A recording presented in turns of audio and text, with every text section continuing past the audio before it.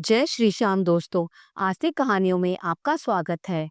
आज हम आपको कथा बताएंगे शिव महापुराण में रुद्र संहिता में उमा सहित भगवान शिव का प्रकट्य, उनके द्वारा अपने स्वरूप का विवेचन तथा ब्रह्मा आदि तीनों देवताओं की एकता का प्रतिपादन।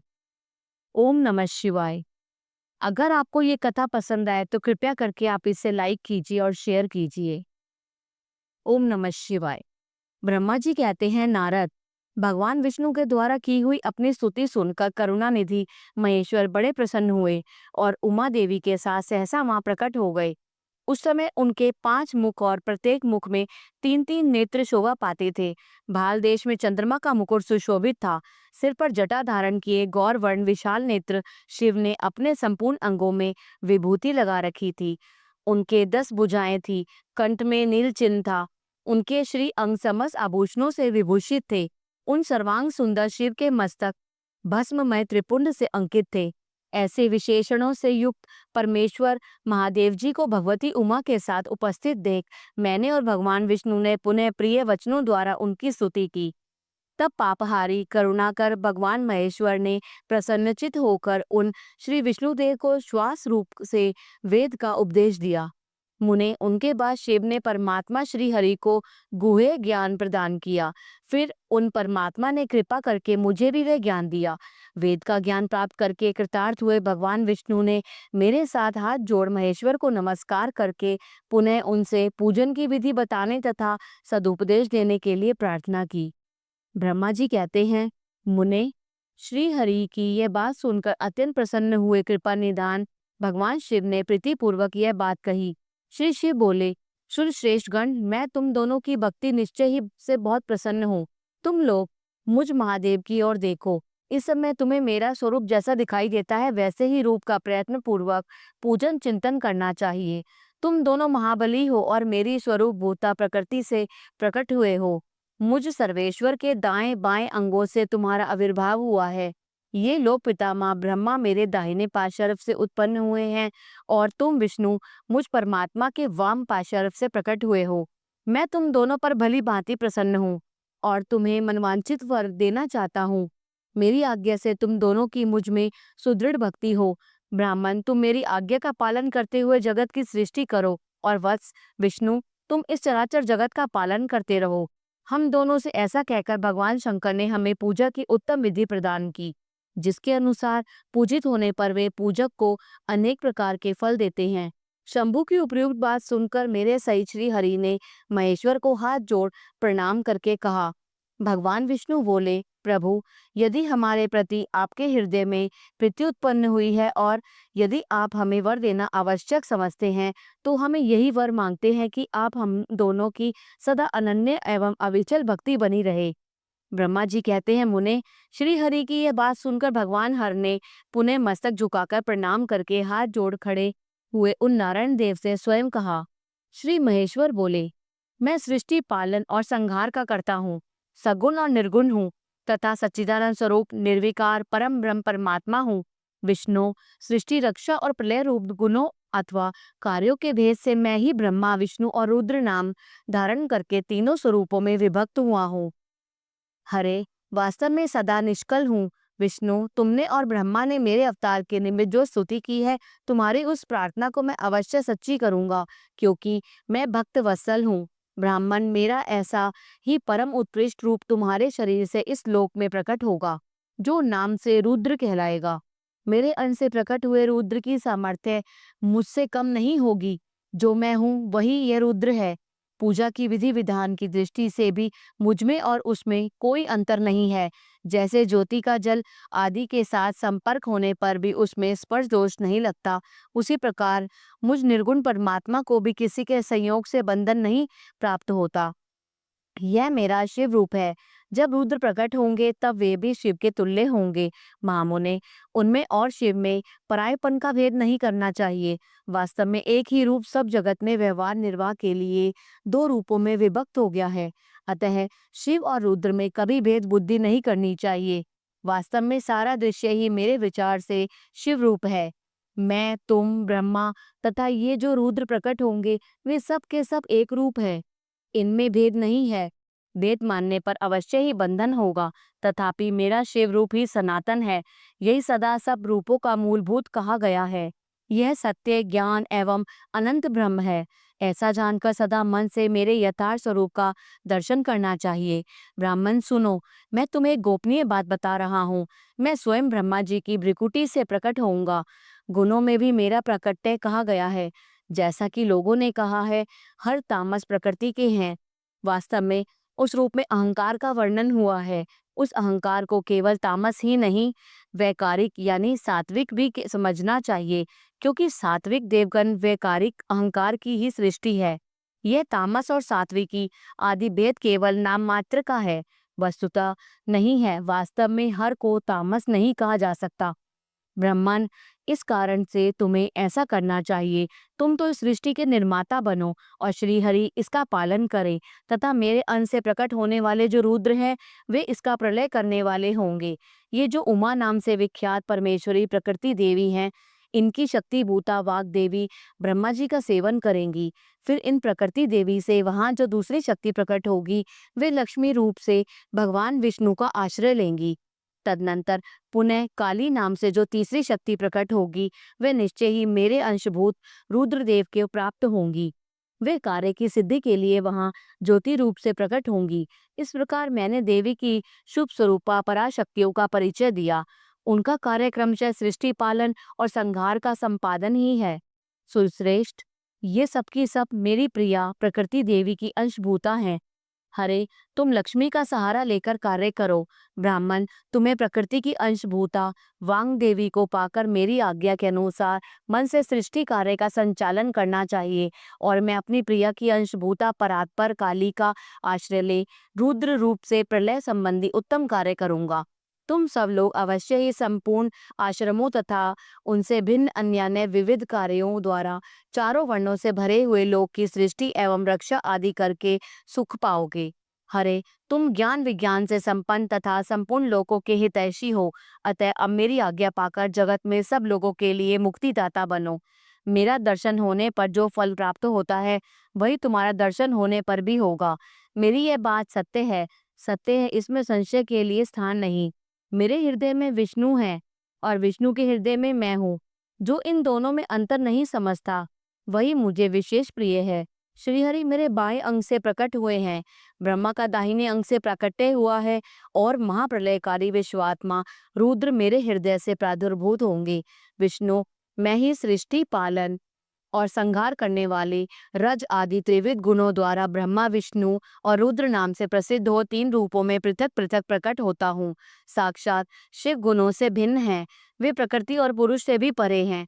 अद्वितीय, नित्य, अनंत, पूर्ण एवं निरंजन परम ब्रह्म परमात्मा है। तीनों लोकों का पालन करने वाले श्री हरि भीतर तमोगुण और बाहर सत्व गुण धारण करते हैं।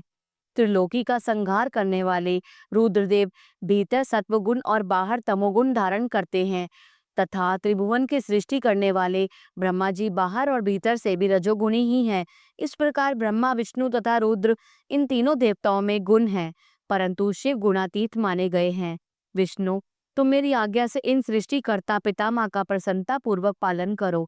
ऐसा करने से तीनों लोकों में पूजनीय होगे। ओम नमः शिवाय। दूसरा अध्याय। श्री हरि की को सृष्टि की रक्षा का भार एवं भोग मोक्ष दान का अधिकार दे भगवान शिव का अंतर्ध्यान होना।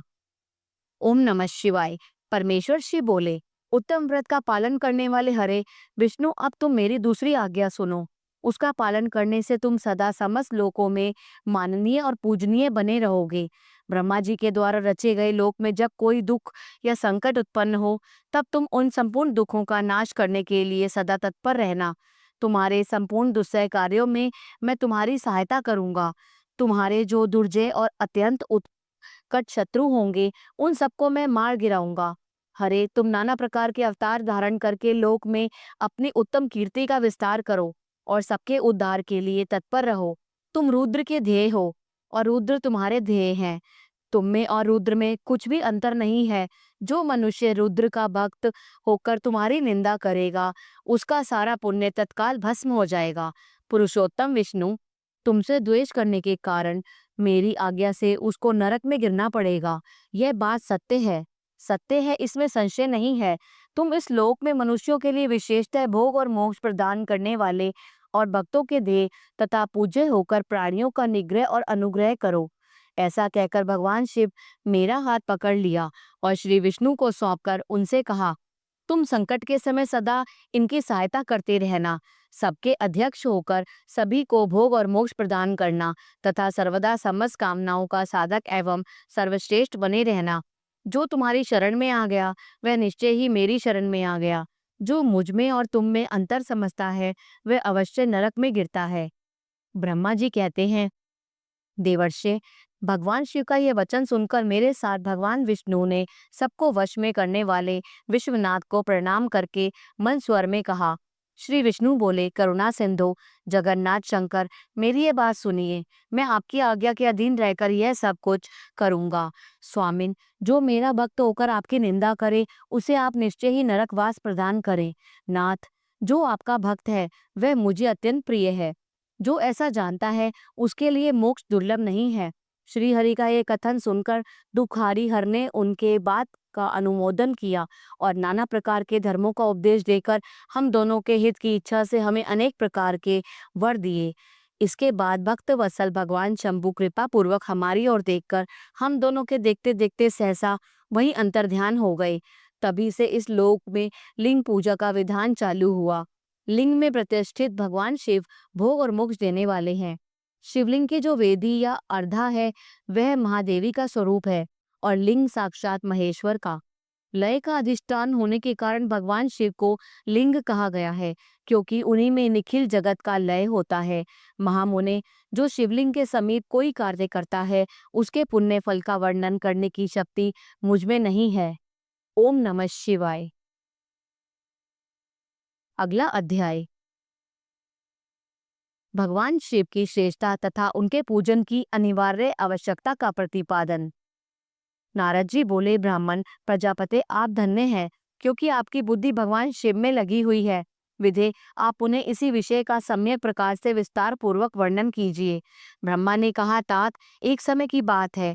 अब मैं सब ओर से ऋषियों तथा देवताओं को बुलाकर उन सबको क्षीर सागर के तट पर ले गया, जहाँ सबका हित साधन करने वाले भगवान विष्णु निवास करते हैं।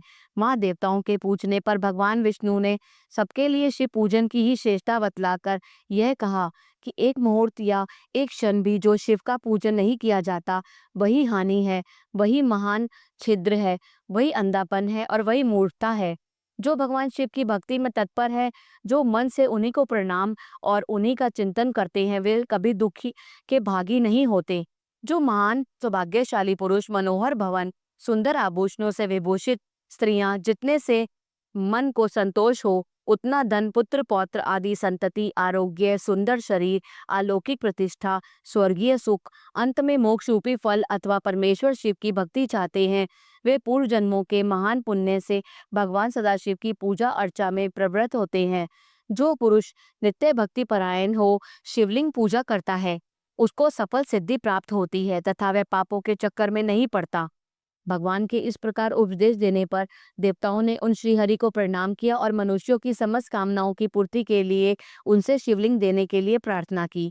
मुनिश्रेष्ठ उस प्रार्थना को सुनकर जीवों के उद्धार में तत्पर रहने वाले भगवान विष्णु ने विश्वकर्मा को बुलाकर कहा, विश्वकर्मन, तुम मेरी आज्ञा से संपूर्ण देवताओं को सुंदर शिवलिंग का निर्माण करके दो। तब विश्वकर्मा ने मेरे और श्री हरि की आज्ञा के अनुसार उन देवताओं को उनके अधिकार के अनुसार शिवलिंग बनाकर दिए।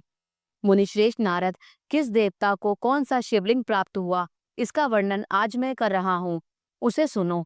इंद्र पद्म रागमणि के बने हुए शिवलिंग की और कुबेर स्वर्णमय लिंग की पूजा करते हैं। धर्म पीतमणिमय यानी पुखराज के बने हुए लिंग की तथा वरुण श्याम वर्ण के शिवलिंग की पूजा करते हैं। भगवान विष्णु इंद्र नीलमय तथा ब्रह्मा हेममय लिंग की पूजा करते हैं। मुने विश्वदेवगण चांदी के शिवलिंग की, वसुगण पीतल के बने हुए शिवलिंग की तथा दोनों अश्विनी कुमार पार्थिव लिंग की पूजा करते हैं। लक्ष्मी देवी स्फटिकमय लिंग की, आदित्यगण ताम्रमय लिंग की, राजा सोम मोती के बने हुए लिंग की तथा अग्निदेव वज्र यानी हीरे के लिंग की उपासना करते हैं। श्रेष्ठ ब्राह्मण और उनकी पत्नियां मिट्टी के बने हुए शिवलिंग का और मयासुर चंदन निर्मित लिंग का और नागगण मूंगे के बने हुए शिवलिंग का आदर पूर्वक पूजन करते हैं। देवी मक्खन के बने हुए लिंग की और योगी जन भस्ममय लिंग की, यक्षगण दही निर्मित लिंग की, छाया देवी आटे से बनाए हुए लिंग की और ब्रह्म पत्नी रत्नमय शिवलिंग की और निश्चित रूप से पूजा करती हैं। बाणासुर पारद या पार्थिव लिंग की पूजा करता है। दूसरे लोग भी ऐसा ही करते हैं। ऐसे ऐसे शिवलिंग बनाकर विश्वकर्मा ने विभिन्न लोगों को दिए तथा वे सब देवता और ऋषि उन लिंगों की पूजा करते हैं।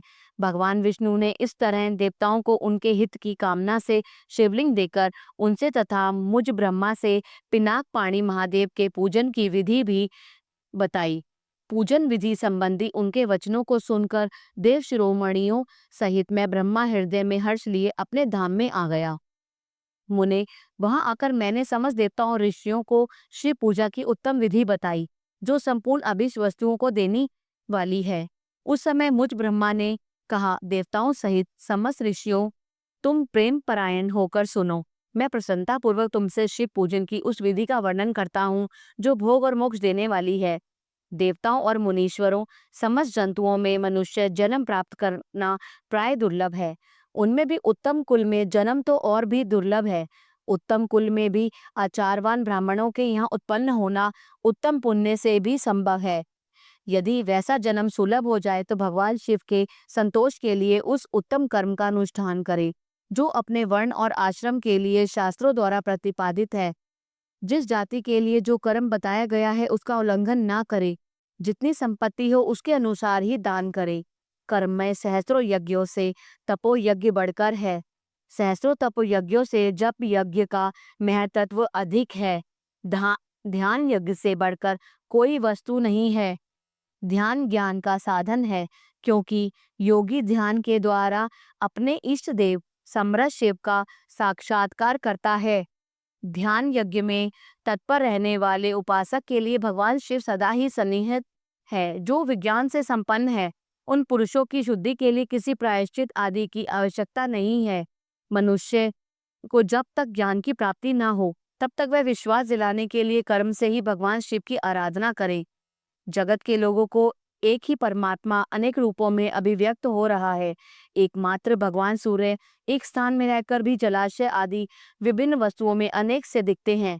देवताओं, संसार में जो जो सत्य या असत्य वस्तु देखी या सुनी जाती है वह सब परम ब्रह्म शिव रूप है। ऐसा समझो, जब तक तत्व ज्ञान न हो जाए तब तक प्रतिमा की पूजा आवश्यक है। ज्ञान के अभाव में भी जो प्रतिमा पूजा की अवहेलना करता है उसका पतन निश्चित है। इसलिए ब्राह्मणों, यह यथार्थ बात सुनो। अपनी जाति के लिए जो कर्म बताया गया है उसका प्रयत्न पूर्वक पालन करना चाहिए। जहाँ जहाँ यथावत भक्ति हो उस आराध्य देव का पूजन आदि अवश्य करना चाहिए, क्योंकि पूजन और दान आदि के बिना पातक दूर नहीं होते। जैसे मैले कपड़ों में रंग बहुत अच्छा नहीं चढ़ता है, किंतु जब उसे धोकर स्वच्छ कर लिया जाता है तब उस पर सब रंग अच्छी तरह चढ़ते हैं। उसी प्रकार देवताओं की भी भली भांति पूजा से जब त्रिविध शरीर पूर्णतया निर्मल हो जाता है तभी उस पर ज्ञान का रंग चढ़ता है और तभी विज्ञान का प्राकट्य होता है। जब विज्ञान हो जाता है तब भेदभाव की निवृत्ति हो जाती है। भेद की संपूर्णतया निवृत्ति हो जाने पर द्वंद्व दुख दूर हो जाते हैं और द्वंद्व दुख से रहित पुरुष शिव रूप हो जाता है।